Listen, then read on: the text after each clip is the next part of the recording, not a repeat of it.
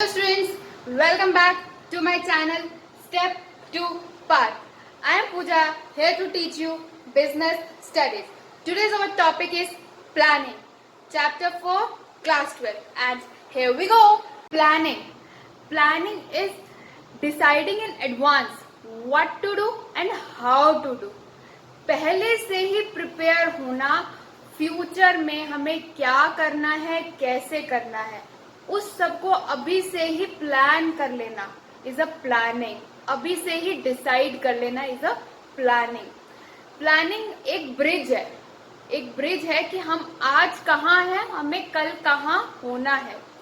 आज मैं क्या कर रही हूँ, कल मुझे क्या करना है, उसके बीच का जो गैप है वो कैसे फिल होगा, वो सब प्लान करना इज अ प्लानिंग. वो सब डिसाइड करना इज अ प्लानिंग. ये क्रिएटिविटी भी है हमारी और एक इनोवेशन भी है. क्रिएटिविटी कैसे है कि हम क्रिएट करते हैं न्यू आइडियाज और नई नई चीजें कि हम वहां तक कैसे पहुंच सकते हैं, अपने नई नई चीजें डिस्कवर कर सकते हैं. और इनोवेशन कैसे है, इनोवेट करते हैं हम आइडियाज, अपने वेज को इनोवेट करते हैं. तो दिस इज अ ब्रिज जो हमें क्रॉस करके जाना है कि आज हम कहाँ हैं और कल हम कहाँ हैं. वो जो ब्रिज है वो है प्लानिंग. प्लानिंग जो है मैनेजरियल फंक्शन है, मैनेजरियल एक्टिविटी है. मैनेजर लेवल पर प्लानिंग की जाती है. Now we study features of planning. Features of planning है planning focus on achieving objectives. कोई भी ऑर्गेनाइजेशन जो स्टार्ट होती है या ग्रो कर रही होती है, कोई भी ऑर्गेनाइजेशन होती है, उसके कुछ ऑब्जेक्टिव्स होते हैं जो उसे फुलफिल करने होते हैं, जो वो चाहती होती है फुलफिल करना.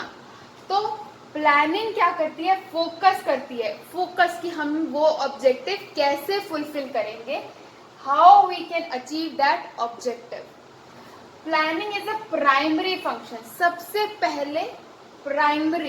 सबसे पहले हमें वो फंक्शन करना है. कौन सा function? Planning of management. Management में सबसे पहला फंक्शन होता है प्लानिंग. क्योंकि जब हम प्लान करेंगे कि चीजें कैसे करनी है, क्या करना है, कैसे होगा, उसके बाद ही हम करेंगे ना. तो सबसे पहले क्या करनी है? Planning. Primary function. Planning is pervasive. Pervasive मतलब वो हर डिपार्टमेंट में है. सिर्फ प्लानिंग जैसे टॉप मैनेजमेंट ने प्लानिंग करी तो वो सिर्फ ये प्लान नहीं करती कि हम लोग क्या क्या करेंगे इन द फ्यूचर. वो ये भी प्लान करती है कि जो हमारे जूनियर्स हैं, जो हमारे वर्कर्स हैं, जो हमारे लो लेवल पे वर्कमैन हैं, वो सब कैसे काम करेंगे, आज क्या काम कर रहे हैं, कल क्या काम करेंगे, वो कैसे ऑब्जेक्टिव अचीव करेंगे. तो वो सिर्फ अपने लेवल पर ही प्लानिंग नहीं करती है, वो हर लेवल्स पे प्लानिंग करती है. हर डिपार्टमेंट में प्लानिंग होती है. तो प्लानिंग सिर्फ एक चीज पे के लिए नहीं होती है, प्लानिंग सब लोगों के लिए होती है, सब चीजों पर होती है. तो planning is pervasive. Planning is a continuous. आज मैंने प्लान कर लिया कि मैं 4 साल में ये अचीव करूंगी और मैं कॉन्टिन्यूसली 4 साल में ऐसे ऐसे ऐसे से करूंगी. तो वो मैंने प्लान तो कर लिया, लेकिन वो एक फिक्स्ड नहीं हो सकता क्योंकि सर्कमस्टांसेस के हिसाब से, सिचुएशंस के हिसाब से हमें नए नए डिसीजंस लेने पड़ते हैं ऑर्गेनाइजेशन में. तो एक कॉन्टिन्यूअस प्रोसेस है. मुझे इवेल्युएट करना होगा कि मैंने जो डिसीजन लिया, मैं जो काम कर रही हूँ, जैसे काम कर रही हूँ, क्या वो सही ढंग से जा रहा है, क्या नहीं जा रहा है, वो भी इवेल्युएट करना पड़ेगा. और अगर वो इवेल्युएशन में अगर मुझे लगता है कि वो सही नहीं हो रहा है, या फिर अगर मैं ऐसे करने की बजाय, मतलब मैं अगर ए पार्ट यूज करने की जगह अगर मैं बी पार्ट यूज करती हूँ, तो मैं बहुत जल्दी ऑब्जेक्टिव अचीव कर पाऊंगी. तो उस टाइम पे मेरे को फिर से प्लानिंग करनी होगी और फिर से अपने डिसीजन में चेंज करना होगा. तो इट्स अ कॉन्टिन्यूअस प्रोसेस. ये कॉन्टिन्यूसली होता रहता है कि हम प्लान करते रहते हैं कि आगे चीजें कैसे करनी है, क्या करना है. जैसे अगर आप देखो, आप भी सोचते हो आपका एग्जाम है, फॉर एग्जाम्पल 10 दिन बाद आपका एग्जाम है, तो आप प्लान करते हो कि मैं उस 10 दिन में कैसे पढ़ाई करूंगा. जब पहला दिन हो जाता है, दूसरा दिन हो जाता है, दूसरे दिन में तुम्हें लगता है कि मैंने थोड़ा कम पढ़ा है 2 दिन में, अब मेरे को थोड़ा ज्यादा पढ़ना चाहिए. तो आपने वो प्लान किया, आपने फिर चेंज कर दिया उसको. तो प्लानिंग कॉन्टिन्यूअस प्रोसेस है, स्टॉप नहीं होती है एक पॉइंट पर कि 4 साल तक मैंने ये डिसाइड कर लिया, 4 साल बाद सोचेंगे, ऐसा नहीं होता है. Planning is futuristic. फ्यूचर के लिए प्लान करते हैं. आप ये थोड़ी प्लान करोगे कि कल मैंने ये किया था, अब मेरे को ये नहीं करना चाहिए था, ये करना चाहिए था। आप ऐसे तो प्लान नहीं करोगे ना। जैसे मैंने कल 1 घंटा पढ़ाई करी थी, मुझे 1 घंटा नहीं करनी चाहिए थी, 1.5 घंटा करनी चाहिए। अब आप वापस पीछे जाकर 1-1.5 घंटा तो पढ़ाई नहीं कर सकते ना। तो आप फ्यूचर के लिए प्लान करते हो कि कल मैंने 1 घंटा पढ़ाई करी थी, मेरा आधा घंटा वेस्ट हुआ, मैं कल से 1.5 घंटा पढ़ाई करूंगा, या आज से 1.5 घंटा पढ़ाई करूंगा। तो वो आपने प्लान किया फ्यूचर के लिए, तो फ्यूचरिस्टिक होता है। Planning involves decision making. Planning जब करते हैं तो हम डिसीजन मेक करते हैं। जैसे अभी मैंने बताया कि आप डिसाइड करते हो कि 10 दिन में आपको कैसे तैयारी करनी है। 2 दिन बाद आपको लगता है कि मुझे चैप्टर ज्यादा पढ़ना है, तो आप वो डिसीजंस लेते हो। वैसे ही ऑर्गेनाइजेशन पे भी मैनेजर लेवल पे जो डिसीजंस लिए जाते हैं वो प्लानिंग करके लिए जाते हैं कि कैसे काम कर रहे हैं और ऐसे करने से, क्या करने से हम जल्दी ऑब्जेक्टिव्स अचीव कर पाएंगे, अपने गोल्स को अचीव कर पाएंगे। तो it's involve decision making. Planning is a mental exercise. ये कोई फिजिकल एक्सरसाइज नहीं है, मुझे कोई सामान उठा के यहाँ नहीं रखना है, मुझे कुछ पुश नहीं करना है, पुल नहीं करना है, मुझे अपनी मेंटल एक्सरसाइज करनी है, एनालाइसिस करनी है, स्टडी करनी है, चीजों को देखना है कि कैसे कैसे चीजें हो रही हैं और क्या करने से हमारे ऑर्गेनाइजेशन को बेनिफिट होगा। So it's a mental exercise, not a physical exercise. Next topic is importance of planning. अब प्लानिंग तो होती है फ्यूचर के लिए, और फ्यूचर हमें सर्टेन नहीं है, कल हमारे साथ क्या हो रहा है, हो जाए, बिजनेस में क्या हो जाए, कुछ अप एंड डाउन आ जाए, कुछ भी हो सकता है ना। तो हम क्यों करते हैं, फ्यूचर के लिए प्लानिंग क्यों करते हैं? तो अब ये देखते हैं इम्पोर्टेंस क्या है, हमें क्यों जरूरी है प्लानिंग करना। प्लानिंग प्रोवाइड डायरेक्शन, हमें एक डायरेक्शन देती है कि हमें कौन से डायरेक्शन में जाना है, क्या काम करना है, कैसे करना है, ताकि हम लोग अपने ऑर्गेनाइजेशन को ग्रो कर सकें, अपने ऑब्जेक्टिव्स को अचीव कर सकें। सो ये हमें एक डायरेक्शन देती है। हमें अब जैसे आपने 12th में कॉमर्स लिया तो आपको एक डायरेक्शन मिल गई कि आपको फ्यूचर में क्या करना है। यू आर टू श्योर कि आपको इंजीनियर या डॉक्टर तो नहीं बनना, तभी आपने कॉमर्स चूज किया। तो इसलिए हमें एक डायरेक्शन मिल गई, हमें एक राह मिल गई कि हमें कौन सी जगह जाना है, कैसे करना है। तो प्लानिंग ये हमें हेल्प करती है। Planning reduce the risk of uncertainty. हम पहले से ही फ्यूचर में हम ये कर लेंगे, हम अपनी एनालिसिस से स्टडी करते हैं कि हम अपने फ्यूचर में क्या करें ताकि हम अपने ऑब्जेक्टिव्स को अचीव कर सकें, ताकि हम अपने गोल्स को अचीव कर सकें। तो जो आने वाले रिस्क हैं, आने वाले रिस्क को अभी से ही रिड्यूस कर देते हैं। जैसे आपने देखा हम लोग सेविंग्स करते हैं। हम सेविंग्स क्यों करते हैं? ताकि आने के वाले टाइम में अगर आपको कभी पैसों की ज़रूरत हो, कोई आपके फाइनेंशियल क्राइसिस आ जाए, एकदम से आप बीमार हो जाओ, जब आपको ज़्यादा पैसों की ज़रूरत हो, तो आप अपने सेविंग्स में से निकाल सको। तो सेविंग भी क्या है? रिस्क है अनसर्टेनिटी को दूर करने के लिए। तो प्लानिंग भी जो है वो हेल्प करती है reduce in risk of uncertainty. Point is planning reduces overlapping and wasteful activities. हम जो एक्टिविटीज प्लान कर रहे हैं, अब मैंने प्लान कर लिया ये पर्सन ये काम करेगा, ये पर्सन ये काम करेगा, ये पर्सन ये काम करेगा। अगर मैं प्लान नहीं करूंगी तो 2 लोग अगर सेम काम करने लगे तो मेरा काम तो वेस्ट हो गया ना। अब जैसे आपने काम करना है और आपने रिटन होमवर्क मैम से चेक कराना है, आपने अपने ब्रदर को बोला, उसने मना कर दिया, फिर आपके भाई ने वो काम कर दिया, आपने भी वो काम कर दिया, तो काम तो डबल हो गया ना। तो काम को प्लान करके चलना चाहिए, प्लानिंग से चलना चाहिए कि कौन सा काम कौन करेगा, तो वेस्ट नहीं होगा, काम ओवरलैप नहीं होगा। एक्टिविटीज जो है बार बार करने से ओवरलैपिंग नहीं होगी। एक जना एक काम जो डिसाइड हो गया वो काम वही करेगा, जिससे रिड्यूस हो जाएगी हमारी overlapping. Planning promotes innovative ideas. Innovate, हम नए नए आइडियाज इनोवेट करते हैं कि हम आज ये काम कर, हम इस पोजीशन पे हैं, कल हम उस पोजीशन पे कैसे जाएंगे, क्या करेंगे, क्या क्या अपॉर्चुनिटीज हम ग्रैब करेंगे, हम अपने आप को कैसे स्टेप ऑन स्टेप उस पोजीशन तक लेके जाएंगे। तो वो एक इनोवेटिव आइडियाज हम लोग प्रोड्यूस करते हैं प्लानिंग के टाइम पर। हम सोचते हैं कि हम ये काम कैसे करेंगे, तो वो सब हम उस सब के लिए हमें इनोवेशन आइडियाज़ आते हैं, हम लोग बहुत सारी प्रिपरेशन करते हैं।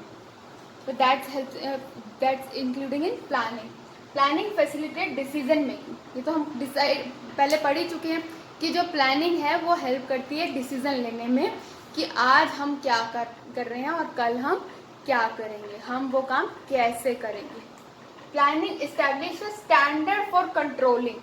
कोई काम को कंट्रोलिंग करने के लिए स्टैंडर्ड्स मेंटेन करती है प्लानिंग। जैसे अभी मैंने बताया कि ये काम ये पर्सन करेगा, ए काम एक्स पर्सन करेगा, बी काम वाई पर्सन करेगा, तो हम कंट्रोल कर सकते हैं कि ए पर्सन ने कितना काम किया, बी पर्सन ने कितना काम किया, तो वो हमारे स्टैंडर्ड्स को मेंटेन करता है। That's also helps in planning. Now next topic is limitations of planning. अभी हमने पढ़ी इंपॉर्टेंस, अब उसकी लिमिटेशंस क्या है। Planning leads to rigidity.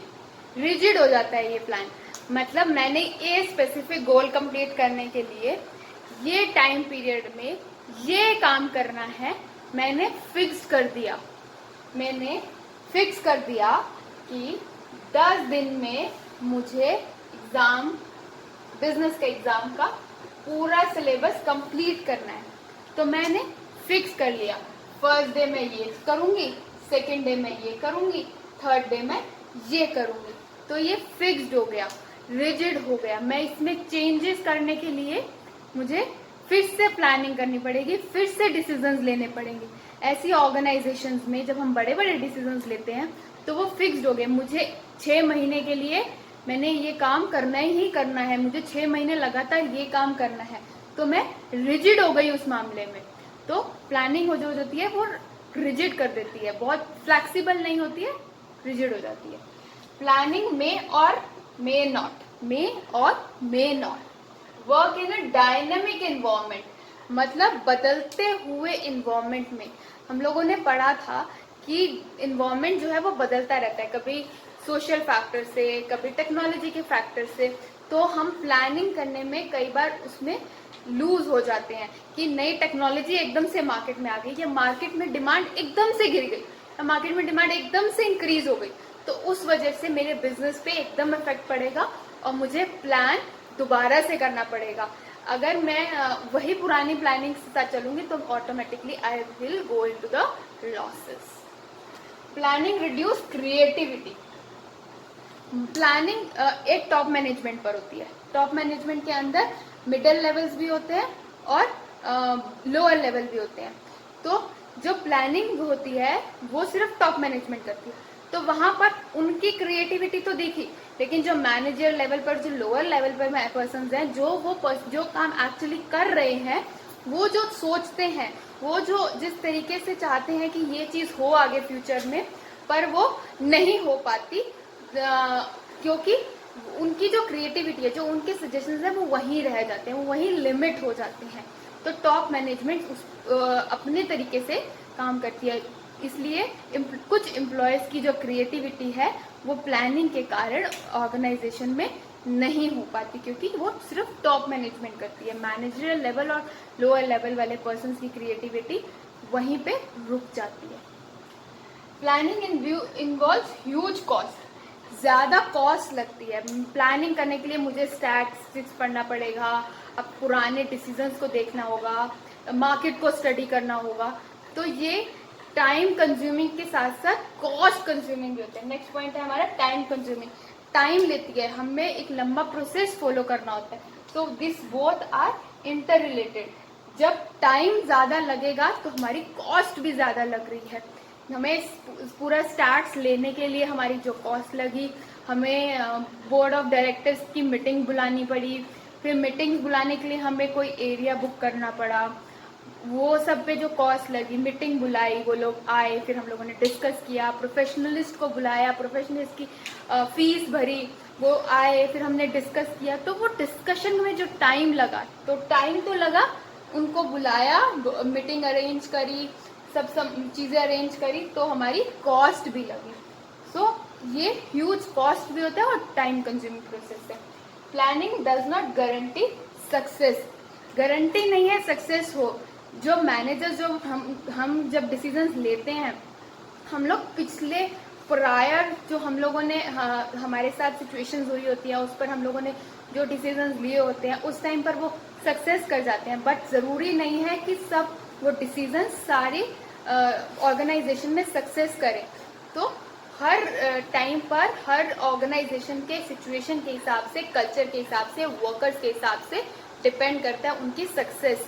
So guarantee नहीं है कि तुम्हें वो अगर तुमने वही वाला डिसीजन लिया तो तुम्हें सक्सेस मिलेगी ही मिलेगी।